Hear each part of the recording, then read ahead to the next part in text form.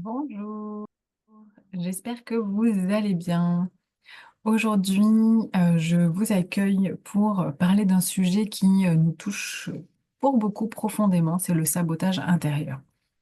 Ce sont ces moments où, malgré tous nos efforts, nos meilleurs efforts, eh bien, quelque chose semble nous retenir, nous freiner. Et parfois, on a l'impression que c'est nous-mêmes qui nous mettons des bâtons dans les roues et qui sabotons, c'est le mot, notre propre bonheur. Si vous vous reconnaissez là-dedans, sachez que vous n'êtes pas seul. Il y a de nombreuses personnes que j'accompagne qui sont dans ce mécanisme de sabotage.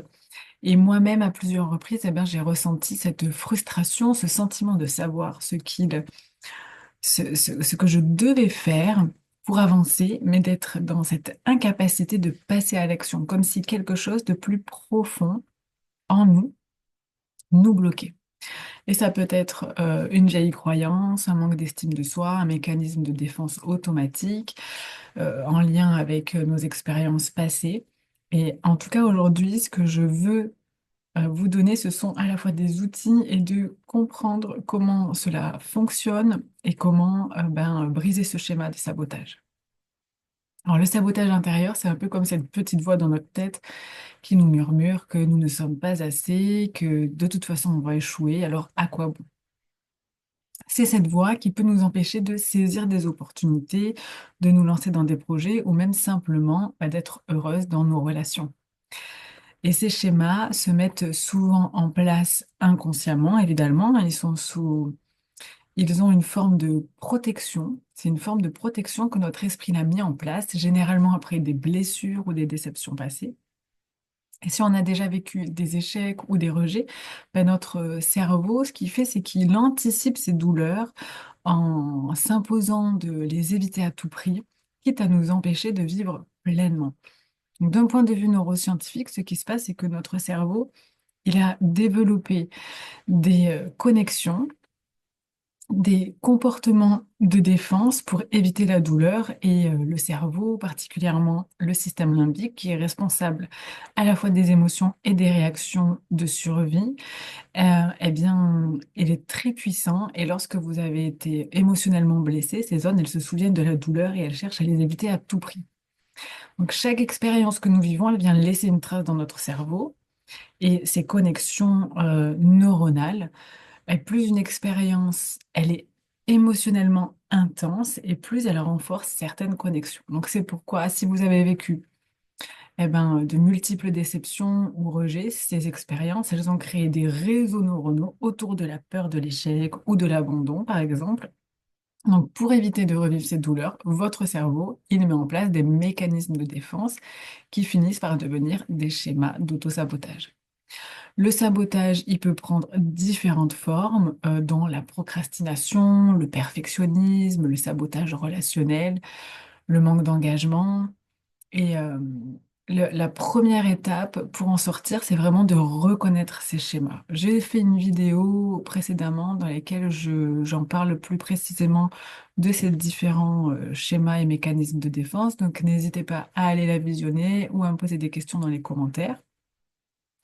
Et donc ces schémas, ils se forment très souvent. Ils sont enracinés dans des expériences passées, dans des blessures émotionnelles que nous avons vécues. Donc c'est en général le cas pour beaucoup de choses, hein. Ça peut être lié à des croyances limitantes. Et ces croyances, elles se forment dans l'enfance ou après une série de déceptions qui ont laissé des marques profondes. Votre cerveau, ce qu'il fait, c'est qu'il essaye de vous protéger. Il crée des mécanismes de défense pour vous empêcher de revivre ces douleurs. Et le problème, c'est que ça finit par vous enfermer dans un cycle de blocage. Donc, je vous propose de prendre un moment, de fermer les yeux, de respirer profondément et de penser à un objectif que vous n'arrivez pas à atteindre. Cherchez, voilà, récemment ou plus loin, un objectif que vous avez le désir de réaliser et pourtant vous n'arrivez pas à atteindre. Et demandez-vous quelles sont les pensées, observez, quelles sont les pensées qui vous viennent à l'esprit quand vous pensez à cet objectif. Qu'est-ce qui vous traverse? Comment est-ce que vous vous sentez physiquement dans votre corps? Est-ce qu'il y a des tensions, des résistances, des zones de douleur?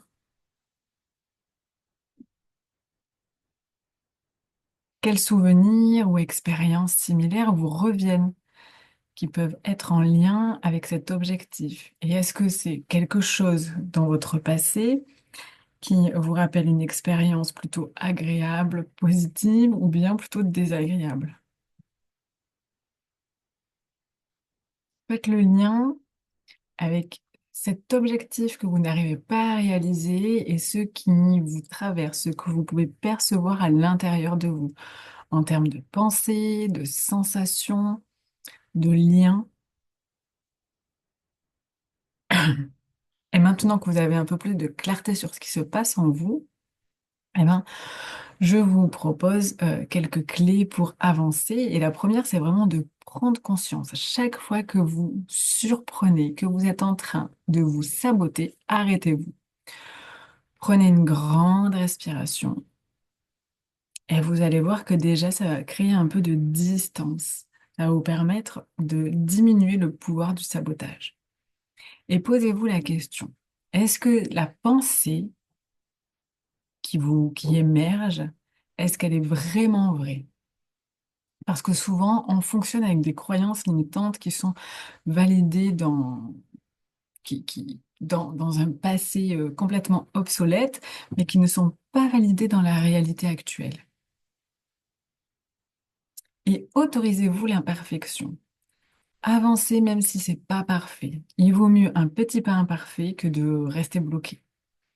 Entourez-vous aussi de soutien, que ce soit un coach, un thérapeute ou même un ami proche. Ne sous-estimez pas l'importance de l'accompagnement et vous n'êtes vraiment pas obligé de faire ce travail seul.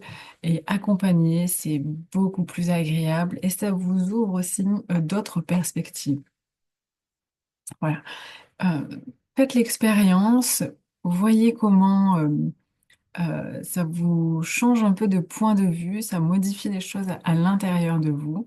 Si vous avez trouvé cette vidéo utile et si vous souhaitez aller plus loin, j'ai un livre-outil qui s'appelle Lumière sur l'ombre. Alors c'est un guide qui est très pratique, il est rempli d'exercices, hein.